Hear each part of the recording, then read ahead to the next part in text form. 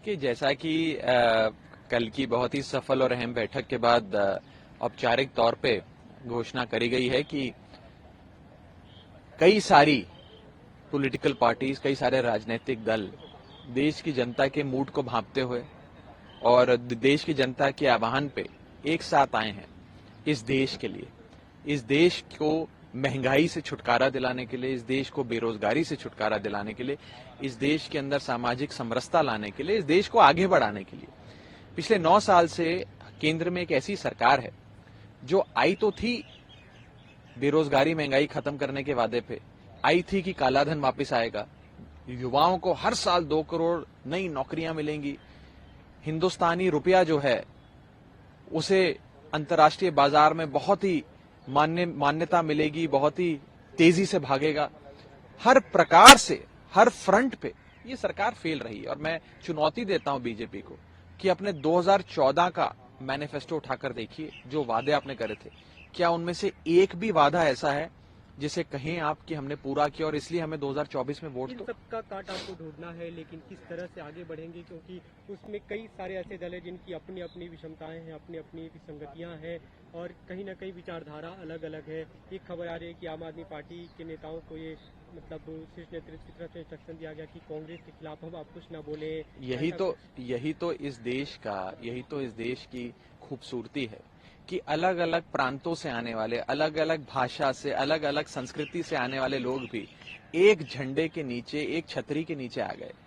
और आए क्यों हैं? मकसद सिर्फ एक ही है कि इस देश को महंगाई, बेरोजगारी से छुटकारा दिलाना। और एक ऐसी निकम्मी सरकार जो केंद्र में है, जिसने पिछले 9 सालों में कोई काम नहीं किया, सिर्फ ब्रांडिंग, इवेंट्स और एंटरटेनमेंट देने का काम किया, वास्तव में देश के आम आदमी की जिंदगी बेहतर करने का काम नहीं किया। उस सरकार से देश को छुटकारा दिलाया जाए।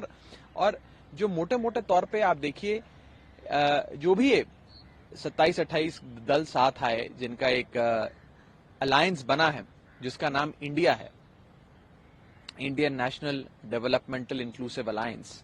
ये अलायंस देखकर बीजेपी इतना घबरा गई है, इतना डर गई है कि वो बीजेपी जिसने 2014 से लेकर 2023 तक पिछले 9 सालों में एनडीए की एक भी बैठक नहीं बुलाई, वो मजबूर हो गई बैठक बुलाने के लिए। वो भाजपा जिसने एक एक कर अपने तमाम घटक दल, जितने भी उनके अलायंस पार्टनर्स थे, उन सबको कहा कि जाना है तो जाओ, सबके लिए दरवाजे खोल दिए, जिसमें जेडीयू चला गया, चंद्रबाबू नायडू की टीडीपी चली गई, जिसमें नीतीश कुमार का जेडीयू चला गया, प्रकाश सिंह बादल का शिरोमणि अकाली दल चला गया, तमाम बड़े राजनीतिक दल छोड़ के चले गए। आज उसी बीजेपी को इतना डर सता रहा है कि अब उन्हें अपना कुनबा बढ़ाने के लिए छोटी छोटी पार्टियों को जोड़ना पड़ रहा है। कुछ 38 पार्टियां शायद जोड़ी हैं, जिसमें से मुझे लगता है कोई 32 पार्टियों का तो नाम भी हमने आज तक नहीं सुना कभी।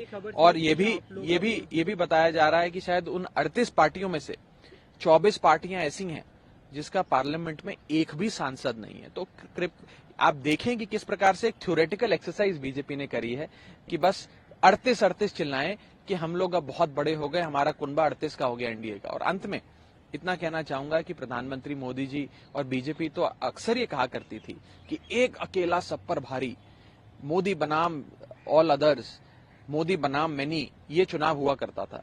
आज बीजेपी ये नहीं कह रही एक अकेला सब पर भारी, आज उन्हें भी अपने अलायंस पार्टनर्स की, घटक दल की जरूरत पड़ गई। अब ये चुनाव एनडीए वर्सेस इंडिया हो गया है, इंडिया वर्सेस एनडीए हो गया है। और जब इंडिया का सामना किसी से होता है तो आप जानते हैं कि जीतता तो इंडिया ही है। बिल्कुल, आप लोग लगातार हमला कर रहे हैं एनडीए और बीजेपी पे, लेकिन आपके अब नए घटक की बात करते हैं तो क्या ये सच है कि अब आप लोग एक दूसरे पे हमले नहीं करेंगे? ऐसा कुछ इंस्ट्रक्शन दिया गया है कि आप कांग्रेस के खिलाफ ना बोले, टीएमसी के खिलाफ? देखिए, राजनीतिक मतभेद या वैचारिक मतभेद तो अक्सर एक परिवार के भीतर होते हैं, एक परिवार में भी होते हैं। नहीं, देखिए, एक परिवार के भीतर भी होते हैं, पर मुझे लगता है कि जो मेन मुद्दे हैं इस देश के, महंगाई कैसे दूर करनी है, बेरोजगारी कैसे दूर करनी है, उन सारे मुद्दों पे साथ में आएंगे लोग तो जरूर इस देश की बढ़ोतरी होगी। और आप याद करें 70 का दशक, मैं अक्सर इस बात को कहता हूं कि जब इस देश में इमरजेंसी लागू हुई थी और उस समय की बड़ी शक्तिशाली सरकार थी मिसेज इंदिरा गांधी की, उस सरकार को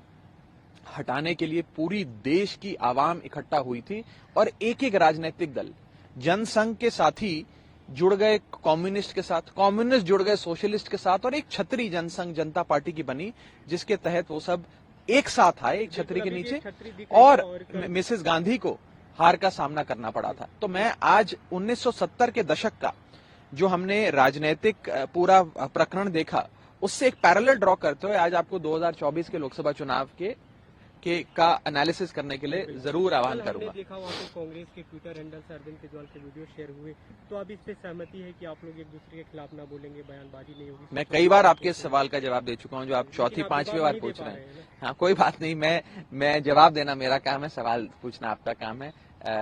जैसा कि मैं कह रहा हूं, वैचारिक मतभेद और राजनीतिक मतभेद चलते रहते हैं, हो सकता है आगे भी चलेंगे, लेकिन बात जो गूढ़ बात वो है कि देश को महंगाई बेरोजगारी से कैसे छुटकारा दिलाना है, देश की उन्नति कैसे हो, सोशल वेलफेयर स्कीम्स कैसे लाई जाएं, इन सब पर अगर एक समानता से एक यूनैनिमिटी से एक राय बनती है सबकी, तो इससे बेहतर इस देश के लिए कुछ नहीं हो सकता। क्या जो नाम है उसे लेकर मतलब ये खबरें आ रही हैं कि कैसे उस पर सहमति बनी, नाम का प्रस्ताव किसने दिया, डेवलपमेंटल होना चाहिए, डेमोक्रेटिक होना चाहिए, ये सब। आपको नाम कैसा लगा आप बताएं? नाम तो मतलब अच्छा लगा आपको? मैं अच्छा बुरा कैसे कह सकता हूँ, आप लोग अपनी नहीं, आपको अच्छा लगा कि नहीं, पहले बताएं। जाना है, आप बताइए इसका स्वरूप देखिए, कैसे ये सामने कोई आया, किसने क्या सोचा है? क्रेडिट लेने की लड़ाई नहीं है कि किसने प्रस्ताव दिया, किसने सेकंड किया। मैं उस विषय पे ना जाते हुए ये कहूंगा कि बेहतरीन नाम है और इसमें देश का हर एक नागरिक समाता है और इससे बेहतर नाम शायद हो नहीं सकता था। और मुझे लगता है कि जब हिंदुस्तान का, इंडिया का मुकाबला किसी से हुआ है तो इंडिया हमेशा जीता है, क्योंकि सत्य हमेशा इंडिया के साथ खड़ा है। तो मुझे ये विश्वास है कि 2024 के चुनाव में भी चक दे इंडिया हो जाएगा और इंडिया जीतेगा। कोई भी रिसर्च होता है, कोई भी खोज होती है तो आविष्कारक का नाम सामने आता है। हम वो आपसे जानना चाहते हैं। नहीं, मैं कतई कतई भी इस क्रेडिट वॉर में नहीं पढ़ना चाहूंगा। मुझे लगता है कि सब एक प्लेटफॉर्म पे साथ आए हैं, जिसने नाम दिया, जिसने उसको सेकंड किया, सबकी सहमति से तय हुआ है और बेहतरीन नाम है।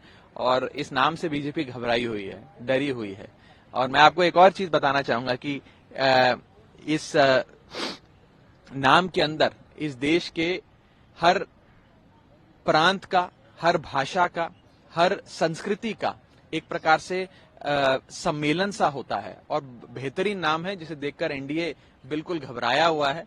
और मुझे लगता है कि इंडिया ही जीतेगा 2024 में भी। प्रधानमंत्री ने कल एनडीए की मीटिंग में कहा कि ये लोग सभी विपक्षी दल एक साथ मतलब साथ नहीं आ सकते, और उन्होंने भी कहा कि मैं ये एश्योर करता हूँ कि मैं जो एक तरह से हार्ड वर्क कर रहे हैं, मेरे शरीर का हर कण, हर समय का हर क्षण देश को समर्पित है।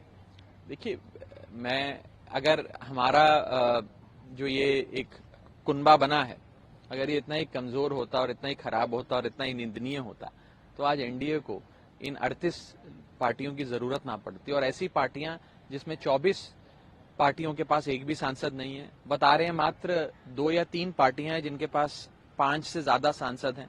चुनाव ये केंद्र का लड़ने चढ़े हैं, लेकिन सांसद इनके घटक दल में है ही नहीं। तो मुझे लगता है कि एक थ्योरेटिकल एक्सरसाइज बीजेपी कर रही है और डरी हुई है एनडीए से। एनडीए डरा हुआ है इंडिया से कि कहीं ये इंडिया वाले जो हैं ये आगे ना निकल जाएं दौड़ में। अभी इसकी शुरुआत तो काफी अच्छी दिख रही है, और वहाँ पे जो सबसे अच्छी तस्वीर आई आपने, जब आप और केसी वेणुगोपाल जब गले मिले, वो वीडियो काफी सबने देखा।